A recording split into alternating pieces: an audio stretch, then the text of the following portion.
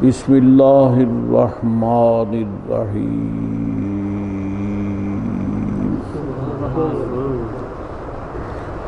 ھدی للمتقین الذین یؤمنون بالغیب ویقیمون الصلاۃ ومما رزقناہم ينفقون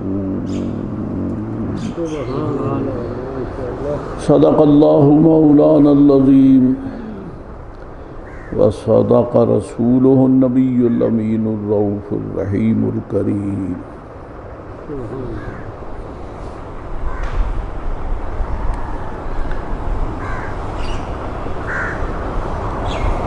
ہدایت ہے متقین کے لیے وہ جو بے دیکھے ایمان لائیں اور نماز پابندی سے قائم رکھیں اور ہماری دی ہوئی روزی میں سے ہماری راہ میں خرچ کریں۔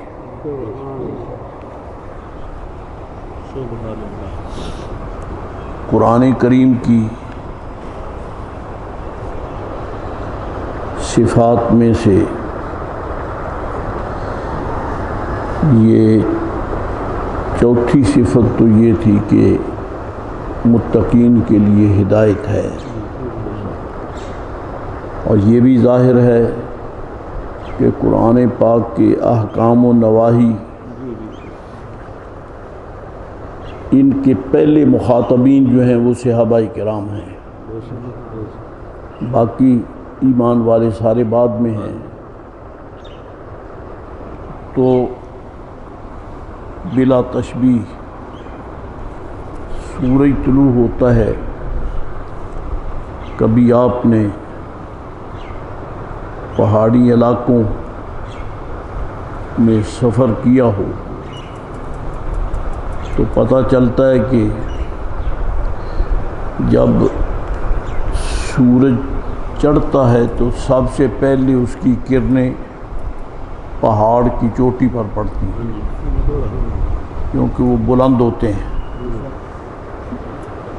اور پہاڑوں کی دوسری سمت میں تو اس وقت کرنیں پہنچیں گی جب وہ پہاڑ سے اونچا سورج نکل جائے۔ اس میں اس حقیقت کبریٰ کی طرف اشارہ ہے کہ قرآن کریم کی ہدایت کے نور کے جلوے سب سے پہلے جن لوگوں پہ پڑے ہیں ان جیسا کوئی بلند و بالا عرفان الہی میں ہے ہی نہیں۔ صحابہ کرام علیہم الرضوان یہ پہلے وہ جبال معرفت ہیں جن پر رسول معظم نبی مکرم علیہ السلام کے ذریعے ہدایت کے جلوے متجلی ہوئے، اور ان میں چار جو ہیں وہ ساری امت سے فزوں تر ہیں۔ سیدنا حضرت ابو بکر صدیق رضی اللہ تعالی عنہ، اسی لیے رسول کریم علیہ السلام نے فرمایا ہے کہ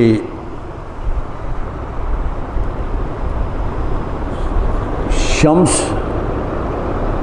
سورج یہ کبھی طلوع ہوا نہ غروب، کسی ایسے پر نبی و رسولوں علیہ السلام کے بعد کسی ایسے پر جو صدیق اکبر سے افضل ہو، سب سے بلند و بالا افضل اعلیٰ مرتبہ ابو بکر صدیق کا ہے، کیونکہ پہلی کرن سرکار دو عالم علیہ السلام کی بعثت شریفہ کی جو ہے وہ آپ پہ پڑی ہے،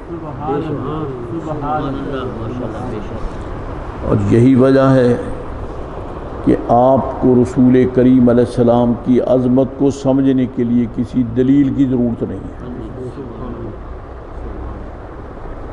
باقی کائنات نے دلائل دیکھے ہیں،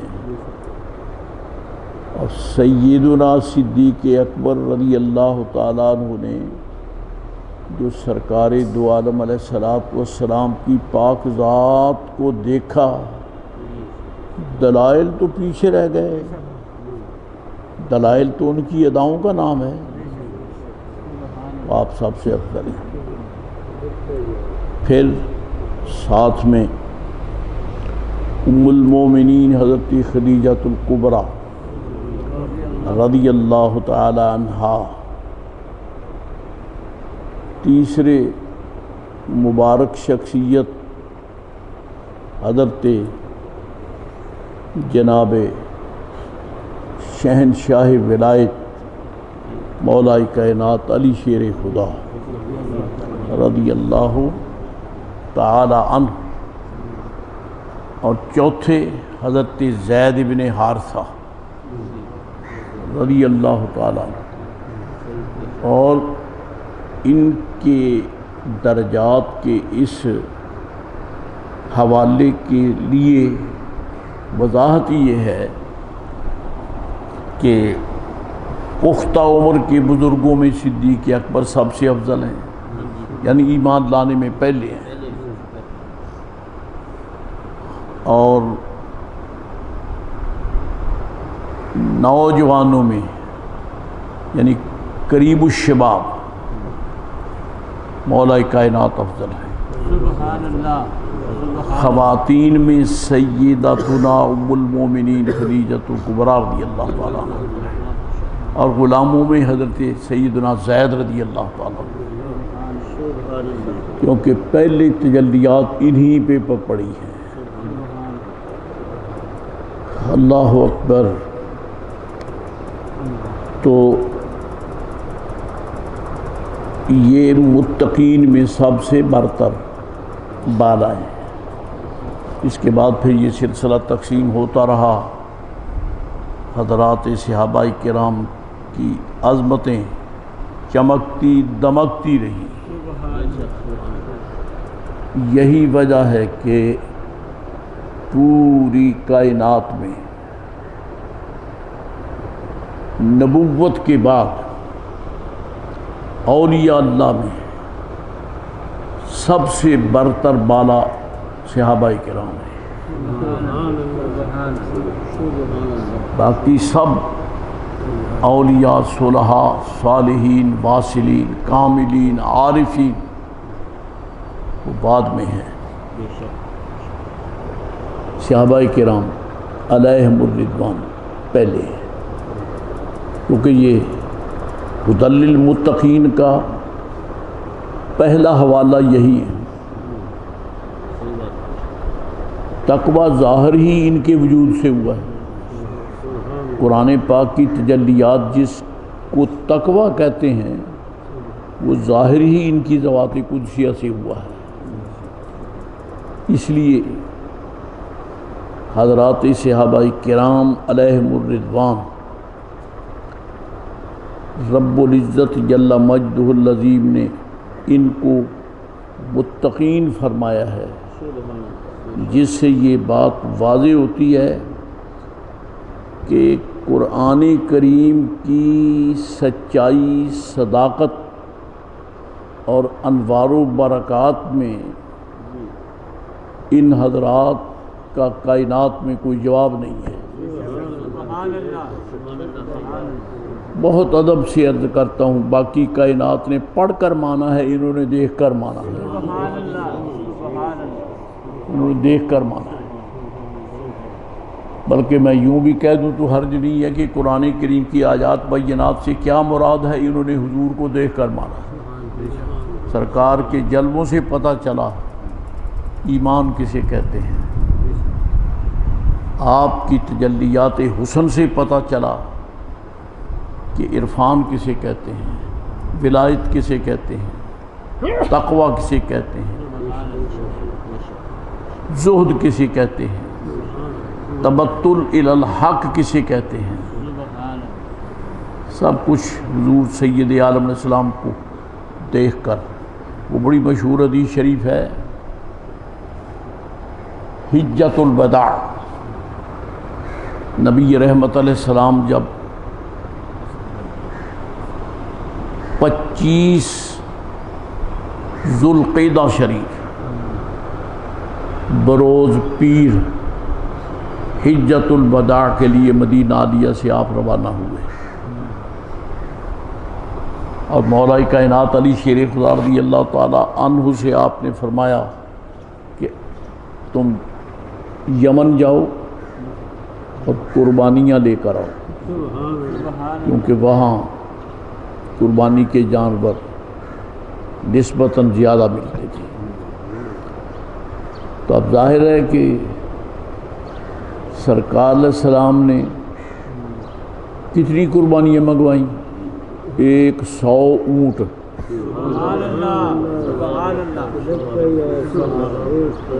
تاریخ میں یہ بات نہیں ہے، اور تاریخ کا حوالہ دائرہ تنگ ہے، سرکار کی عظمتیں بہت اونچی ہیں۔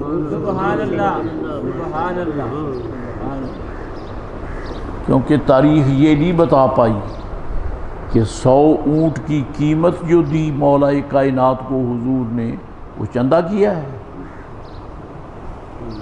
وہ سرکار علیہ السلام نے اعلان کیا کہ بھئی اکٹھا کرو نا، یہ اعلان تو غزوہ تبوک میں ہوا، لیکن ان جانوروں کے خریداری کے لیے یوں فراہمی زاد راہ اور فراہمی نرخ، فراہمی قیمت اور ثمن، اس کا کوئی ذکر نہیں ہے۔ پتہ چلا یہ سب حضور نے اپنی طرف سے ادا کیا ہے۔ 100 اونٹ۔ بڑے بے حیا ہیں جو یہ کہتے ہیں کہ نبی کے پاس کچھ نہیں ہے،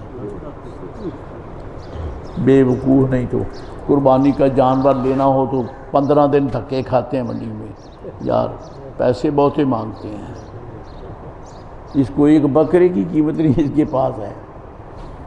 100 اونٹ سرکار نے فرمایا علی شیر خدا سے جاؤ خرید کے لاؤ۔ آپ ادھر چلے گئے، سرکار حج شریف پہ پہنچے۔ اب جب خرید کر کے جانوروں کو لے کر آئے تو ظاہر ہے کہ یمن کا اور الحمدللہ ہمارا میقات ایک ہے، ہم جو شرق میں رہتے ہیں بیت اللہ شریف سے ہم مشرقی جانب ہیں، تو ہمارا میقات یعنی جہاں سے احرام باندھا جاتا ہے اسے میقات کہتے ہیں، اور یمن والوں کا میقات ایک ہے، وہ یلملم کی پہاڑیاں ہیں۔ اور جب وہاں پہنچے حضرت مولا کائنات تو اب احرام باندھنا ہے، اب یاد آیا کہ میں نے تو یہ پوچھا ہی نہیں سرکار علیہ السلام سے کہ کس حج کا احرام باندھوں۔ حج کی 3 قسمیں ہیں، حج مفرد ہے، حج تمتع ہے، حج قران ہے۔ یہ تو سرکار سے میں نے پوچھا ہی نہیں، اسی ذوق میں ہی خوشی سے چلے گئے کہ سرکار نے ڈیوٹی میری لگائی ہے۔ بھری محفل میں اگر کسی عظیم مقصد کے لیے استاد گرامی ڈیوٹی لگاتے ہیں تو اس شاگرد کی عظمت کو مانا جائے گا۔ اب خیال آیا کہ اب پوچھا نہیں سرکار سے علیہ السلام، لیکن ان کے سینے میں دھڑکنے والا دل بھی تو علی شیر خدا کا ہے، جو کہ شہر علم کا مین دروازہ، صدر دروازہ ہے۔ فوراً ذہن شریف میں یہ آیا، اللہم انی احرمت بما احرم بہ رسول اللہ، یا اللہ میں وہی احرام باندھتا ہوں جو تیرے رسول پاک نے باندھا ہے۔ کیسا عظیم حوالہ ہے، کیسا عظیم حوالہ ہے۔ ابھی تعین نہیں ہے نہ تک تمتع کا، نہ قران کا، نہ افراد کا، لیکن حج علی شیر خدا کا ہے، معمولی ذات کا نہیں ہے۔ چنانچہ جب جیسے ہی حرم کعبہ میں پہنچے سید عالم علیہ السلام کی بارگاہ میں، پہلا سوال سرکار نے یہی فرمایا، یا علی بماذا احرمت، او کما قال صلی اللہ علیہ وسلم، کہ تو نے احرام کون سا باندھا ہے؟ قربان عرض کی میرے آقا میں نے تو یہ کہا تھا کہ میں وہ احرام باندھتا ہوں مولا جو تیرے رسول پاک نے باندھا۔ سبحان اللہ، سبحان اللہ۔ میں عرض کرتا ہوں کہ عبادت حج حوالہ حضور کا، سرکار کا، کہ میں احرام وہ باندھا جو تیرے محبوب علیہ السلام نے باندھا ہے۔ تو محترم یہ آفتاب ہے حسن حقیقت کا کہ مرد مومن کو زندگی میں زندگی بھر اپنی زندگی کو اس رخ کی طرف رکھنا چاہیے جو رخ سرکار کی طرف جاتا ہے، سبحان اللہ، سبحان اللہ، اپنی سوچوں پر نہیں۔ اور یہاں صوفیہ یہ بھی اشارہ کرتے ہیں خوشی کے وقت بعد چیزیں یاد ہی نہیں رہتی، خوشی جو بہت ہو یار میں بھول ہی گیا، بہت جذبات میں یاد ہی نہیں رہا کیا مولا کا۔ ہاں حضرت سیدنا بلال رضی اللہ تعالیٰ عنہ کو سرکار نے فرمایا بلال خانے کعبے کی چھت پہ کھڑے ہو کے اذان دے دو، انوکھا ہی مؤذن ہے۔ لوگ کبھی میناروں پہ کھڑے ہو کر اذان دیتے ہیں، آج لاؤڈ سپیکر پر اعلان دیتے ہیں، اذان دیتے ہیں۔ یہ انوکھا اور پہلا اور ایک ہی مؤذن ہے جو کعبے کی چھت پہ کھڑے ہو کے سبحان اللہ حضرت کو خوشی اتنی کہ الحمدللہ سرکار نے عربی، ہاشمی، قریشی، تہامی، حجازی کسی کی ڈیوٹی لگائی، حبشی کی ڈیوٹی لگائی۔ ایسے حبشی کے حسن پر عربیوں کا حسن قربان۔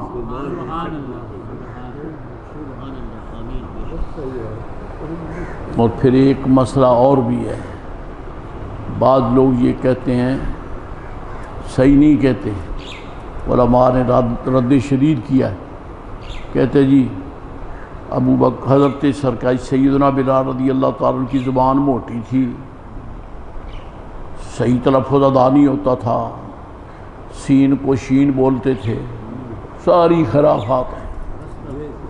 ایسا بہترین قاری جو حضور کی نگاہ انتخاب میں آیا،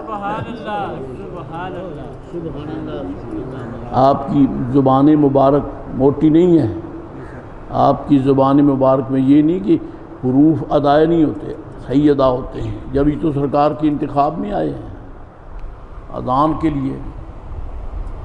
اور یہ صوفیاء کے قلب کی سوچ ہے، ادراک ہے، یعنی شرعی صدر ہے کہ اب آپ سوچ میں پڑ گئے بیت اللہ شریف کی چھت پہ کہ جو مؤذن بیت اللہ شریف سے جدا علیحدہ اذان دیں ان کا منہ تو رخ تو کعبہ شریف کو ہوتا ہے، میں تو کھڑا ہی کعبے کی چھت پہ ہوں، میں کدھر منہ کروں؟ میں کیسے کدھر منہ کروں؟ تو وہاں سیدنا بلال کے قلب نے آپ کو رہنمائی کی، جس کی تعبیر فقیر حقیر یوں عرض کرتا ہے، گویا قلب بلال پاک نے فرمایا بلال تھوڑا سا جغرافیہ دیکھ لے، یہ کون سا شہر ہے؟ یہ وہی شہر نہیں جس کی گلیوں میں تجھے مار پڑتی تھی، تجھے گرم گرم چٹانوں کے نیچے لٹایا جاتا تھا، تیری پٹائی ہوتی تھی، امیہ بن خلف لانتی بے غیرت تجھے تکلیف دیتا تھا، مارتا پیٹتا تھا کہ حضور کا کلمہ چھوڑ دے۔ یہ شہر وہ نہیں ہے جس کی گلیوں میں تجھے لٹایا جاتا تھا، اور آج تو کھڑا ہے اسی شہر کے مرکز بلکہ دنیا اسلام کے مرکز خانہ کعبے کی چھت پر۔ ذرا یہ تو سوچ لے کہ یہاں پہنچایا کس نے ہے؟ پہنچایا کس نے ہے؟ تو ظاہر ہے کہ پہنچایا تو سرکار نہیں ہے، تو پھر دل نے کہا سوچتا کیوں ہے؟ باقی مؤذن کعبے کو منہ کرتے ہیں، تو کعبے کو منہ کر۔ بلال پاک کھڑے ہو گئے اور وہاں کھڑے ہوئے جہاں سرکار کی زیارت ہو رہی تھی۔ اور میں کہتا ہوں کہ کرم آج بھی ہوتا ہے، آج بھی ہوتا ہے کرم۔ جہاں جب آپ نماز پڑھتے ہیں منہ طرف سمت کعبہ کو ہوتا ہے نا، کعبے کو تو نہیں ہوتا۔ آپ کو کیا یقین ہے کہ جس طرف آپ منہ کرتے بالکل ٹھیک اسی ڈائریکشن میں کعبہ ہوگا؟ نہیں، کعبے مبارک کی عمارت کی ضروری نہیں ہے، بلکہ سمت، جس سمت میں کعبہ ہے اس سمت کی طرف منہ ہو جائے تو کام بن جاتا ہے۔ تو محترم، جب یہ تو ان کے لیے ہے جو کہ حرم کعبہ، حرم مکہ سے باہر ہیں، جو یہ بھی فقہی مسئلہ ہے۔ جو خانہ کعبہ کی مسجد مبارک کے اندر کھڑے ہیں ان کا قبلہ تو ہے بیت اللہ شریف کی عمارت۔ یہی وجہ ہے کہ ایسے نمازی کھڑے ہوتے ہیں، جو ادھر ہیں وہ ادھر، جو ادھر ہیں وہ ادھر، جو ادھر ہیں وہ ادھر، جو ادھر ہیں وہ ادھر۔ یہ نہیں ہے کہ خانہ کعبہ کی عمارت تو یعنی مسجد حرام میں ہے اور جو اس طرح کھڑے وہ ایسے منہ نہیں کریں گے، وہ بیت اللہ شریف کو کریں گے، کیونکہ ان کا قبلہ عمارت ہے سر، بیت اللہ شریف۔ اور جو مسجد حرام سے باہر ہیں ان کا قبلہ مسجد حرام ہے، وہ منہ کریں گے تو اس جس طرف مسجد حرام ہے۔ اور جو یہاں سے بھی باہر ہیں، مکہ معظمہ سے بھی باہر ہیں، ان کا قبلہ ہے شہر مکہ، اور جو اس سے بھی دور ہیں، میقات سے باہر ہیں، ان کا قبلہ ہے سمت کعبہ، ساری سمت۔ یہی وجہ ہے کہ الحمدللہ رب العالمین جو لوگ شرقن رہتے ہیں تو وہ غرب کی طرف منہ کر کے نماز پڑھتے ہیں، کوئی یقین نہیں ہے کہ سامنے کعبہ ہے۔ یہ دیکھنے والے دیکھتے ہیں جن کو قدرت دکھائے۔ سید الاولیاء، گنج بخش فیض عالم، مظہر نور خدا، ناکساں را پیر کامل، کاملاں را رہنما، تشریف لائے لاہور میں، لاہور شریف میں، اور آپ نے مسجد مبارک، یہ میرے علم میں نہیں، کمی ہے علم کی کہ پہلے بنی ہوئی تھی یا آپ نے آ کے بنوائی۔ بہرحال مسجد شریف میں نماز آپ پڑھاتے تھے، تو بعض لوگوں کی زبانوں پر یہ بھی سنا گیا کہ بیت اللہ شریف کی سمت جو ہے نا اس مسجد کی صحیح نہیں ہے، سمت میں فرق ہے جہاں آپ نماز پڑھاتے تھے۔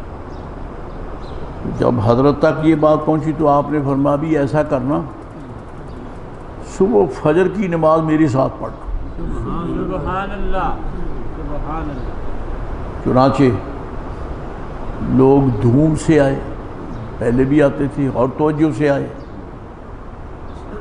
سید السادات نے، سبحان اللہ، حضرت سرکار داتا گنج بخش حجویری رضی اللہ تعالیٰ نے نماز پڑھائی فجر کی، اور جب نماز پڑھا کے فارغ ہوئے، سلام پھیرا، فرمایا دیکھو تو قبلہ شریف، دیکھا تو خانہ کعبہ سامنے نظر آ رہا۔ سبحان اللہ، سبحان اللہ، سبحان اللہ۔ پتہ چلا کہ ایمان کی پختگی اور اس کی حقیقت میں فرق ہے۔ اکثر تو یہی ہے، وہ سن کے مانتے ہیں، اور اہل اللہ میں ایسے بھی ہیں جو دیکھ کر مانتے ہیں۔ یہی وجہ سے صحابہ کرام کا مرتبہ بہت اونچا، کیونکہ انہوں نے حضور کو دیکھ کر مانا ہے، کار کو دیکھ کر مانا ہے۔ ہمیں تو الحمدللہ اللہ کا لاکھ شکر ہے، قرآن کریم لکھا ہوا مل گیا، یہ مطبوعہ ہے، یہ پرنٹڈ میٹر ہے، اس کی زیارت ہو رہی ہے، ہم اس کو دیکھ کر الحمدللہ زیارت کرتے بھی ہیں، پڑھتے بھی ہیں۔ لیکن صحابہ کرام تو وہ ہیں جنہوں نے قرآن شریف اترتا دیکھا ہے، اترتا دیکھا ہے۔ ان میں بہت عظیم مقام ہے ام المومنین حضرت عائشہ صدیقہ کا رضی اللہ تعالیٰ عنہا۔ امہات المومنین میں بیٹھے بیٹھے باتیں کبھی چل نکلتی تو خدا کی نعمتیں بیان کرتی امہاتوں کہ مجھ پر اللہ کا یہ کرم ہے، اللہ کا یہ کرم ہے، اللہ کا یہ کرم ہے۔ ام المومنین حضرت عائشہ فرماتی ہیں رضی اللہ تعالیٰ عنہا، مجھ پر اللہ کا یہ کرم ہے کہ جس بستر پر میں آرام کرتی ہوں اسی بستر پر میرے 7 روح جلوہ گر ہیں اور وہی اتر رہی ہے۔ سبحان اللہ، سبحان اللہ، سبحان اللہ۔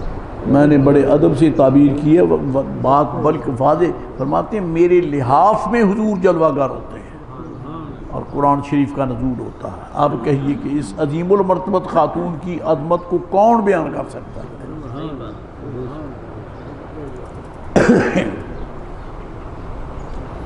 حضرت سیدنا عثمان غنی رضی اللہ تعالیٰ عنہ حاضر ہیں، نبی رحمت علیہ الصلوۃ والسلام پہ وحی کا نزول ہوا اور سرکار نے فرمایا یا اسیم، یہ پیار سے یا اسیم، کبھی پیار سے حضرت انس کو یا انیس یوں فرماتے سرکار، یا انیس یا اسیم۔ تو حضرت عثمان غنی فرماتے ہیں کہ میں بیٹھا تھا، حضور فرماتے ہیں یا اسیم، میں متوجہ فرمایا یہ لکھو قرآن شریف کی آیت جو نازل ہوئی ہے، پاس بیٹھے قرآن شریف اتر رہا ہے۔ تو یہ ان کا مرتبہ اسی لیے اونچا ہے کہ انہوں نے قرآن بھی آتا ہوا دیکھا، قرآن والا بھی دیکھا ہے۔ سبحان اللہ، سبحان اللہ، اللہ اکبر۔ اسی لیے غار حرا کا مقام بہت اونچا ہے۔ صوفیاء فرماتے ہیں، یہ صوفیاء کی بات ہے کہ ہر شب غار حرا میں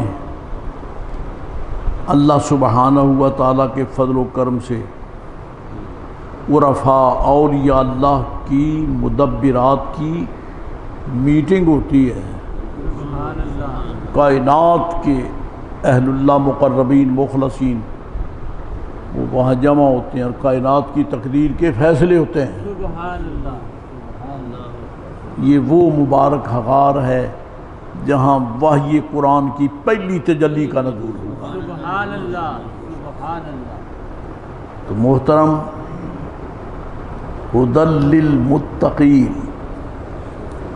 قرآن پاک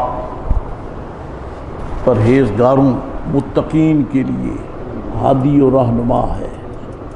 معلوم ہوتا ہے سید حضرات صحابہ کرام کی سچائی، ان کی صداقت،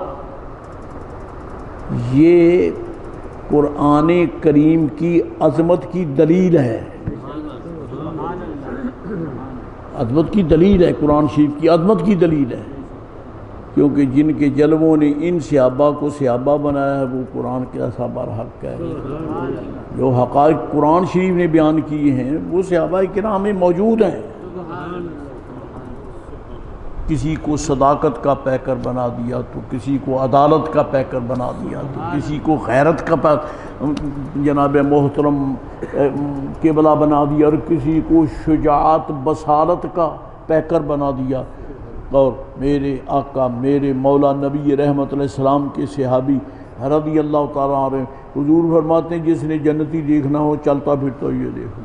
سبحان اللہ، سبحان اللہ۔ سب جلوے ہوئی ہدی للمتقین۔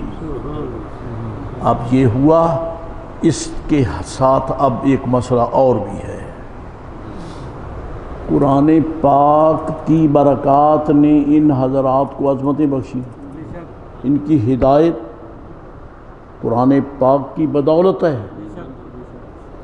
لیکن میرے آقا علیہ السلام متقین کی عظمت سے بالا تر ہیں. سبحان اللہ سبحان اللہ.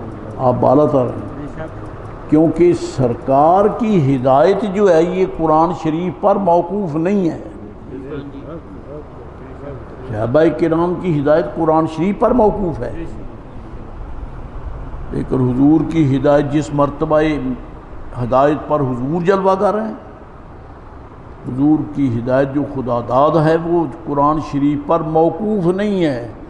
ابھی قرآن کریم آیا نہیں ہے، میرے آقا اس وقت بھی پیکر ہدایت ہیں.